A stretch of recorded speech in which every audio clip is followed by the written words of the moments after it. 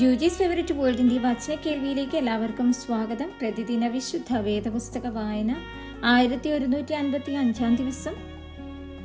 പത്രോസ് എഴുതിയ 2-ാം ലേഖനം 1-ാം അധ്യായം. യേശുക്രിസ്തുവിന്റെ ദാസനും അപ്പോസ്തലനുമായ ശീമോൻ പത്രോസ്, നമ്മുടെ ദൈവത്തിന്റെയും രക്ഷിതാവായ യേശുക്രിസ്തുവിന്റെയും നീതിയാൽ ഞങ്ങൾക്ക് ലഭിച്ചതുപോലെ അതേ വിലയേറിയ വിശ്വാസം ലഭിച്ചവർക്ക് എഴുതുന്നത്.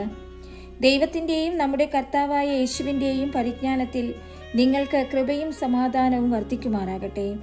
തന്റെ മഹത്വത്താലും വീര്യത്താലും നമ്മെ വിളിച്ചവന്റെ പരിജ്ഞാനത്താൽ അവന്റെ ദിവ്യശക്തി ജീവനും ഭക്തിക്കും വേണ്ടിയതൊക്കെയും നമുക്ക് ദാനം ചെയ്തിരിക്കുന്നുവല്ലോ. അവയാൽ അവൻ നമുക്ക് വിലയേറിയതും അതിമഹത്വമായ വാഗ്ദത്തങ്ങളും നൽകിയിരിക്കുന്നു. ഇവയാൽ നിങ്ങൾ ലോകത്തിൽ മോഹത്താലുള്ള നാശം വിട്ടൊഴിഞ്ഞിട്ട് ദിവ്യ സ്വഭാവത്തിന് കൂട്ടാളികളായി തീരുവാൻ ഇടവരുന്നു.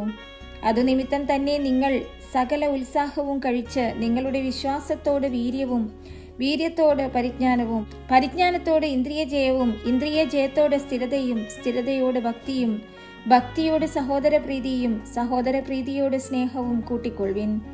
ഇവ നിങ്ങൾക്കുണ്ടായി വർദ്ധിക്കുന്നുവെങ്കിൽ നിങ്ങൾ നമ്മുടെ കർത്താവായ യേശുക്രിസ്തുവിന്റെ പരിജ്ഞാനം സംബന്ധിച്ച് ഉത്സാഹമില്ലാത്തവരും നിഷ്ഫലന്മാരും ആയിരിക്കയില്ല. അവയില്ലാത്തവനോ കുരുടനത്രേ. അവൻ ഹ്രസ്വദൃഷ്ടിയുള്ളവനും തന്റെ മുമ്പിലത്തെ പാപങ്ങളുടെ ശുദ്ധീകരണം മറന്നവനും തന്നെ. അതുകൊണ്ട് സഹോദരന്മാരെ, നിങ്ങളുടെ വിളിയും തിരഞ്ഞെടുപ്പും ഉറപ്പാക്കുവാൻ അധികം ശ്രമിപ്പിൻ. ഇങ്ങനെ ചെയ്താൽ നിങ്ങൾ ഒരു നാളും ഇടറിപ്പോകാതെ നമ്മുടെ കർത്താവും രക്ഷിതാവുമായ യേശുക്രിസ്തുവിന്റെ നിത്യരാജ്യത്തിലേക്കുള്ള പ്രവേശനം ധാരാളമായി പ്രാപിക്കും.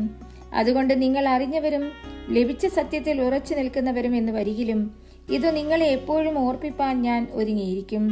നമ്മുടെ കർത്താവായ യേശുക്രിസ്തു എനിക്ക് അറിവ് തന്നതുപോലെ എന്റെ കൂടാരം പൊളിഞ്ഞു പോകുവാൻ അടുത്തിരിക്കുന്നുവെന്ന് അറിഞ്ഞിരിക്കയാൽ ഞാൻ ഈ കൂടാരത്തിൽ ഇരിക്കുന്നിടത്തോളം നിങ്ങളെ ഓർപ്പിച്ചുണർത്തുക യുക്തമെന്ന് വിചാരിക്കുന്നു. നിങ്ങൾ അത് എന്റെ നിര്യാണത്തിന്റെ ശേഷം എപ്പോഴും ഓർത്തുകൊള്ളുവാൻ തക്കവണ്ണം ഞാൻ ഉത്സാഹിക്കും.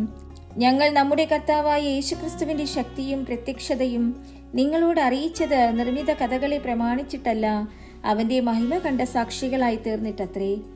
ഇവൻ എന്റെ പ്രിയപുത്രൻ, ഇവങ്കിൽ ഞാൻ പ്രസാദിച്ചിരിക്കുന്നു എന്നുള്ള ശബ്ദം അതിശ്രേഷ്ഠ തേജസ്സിങ്കൽ നിന്ന് വന്നപ്പോൾ പിതാവായ ദൈവത്താൽ അവന് മാനവും തേജസ്സും ലഭിച്ചു.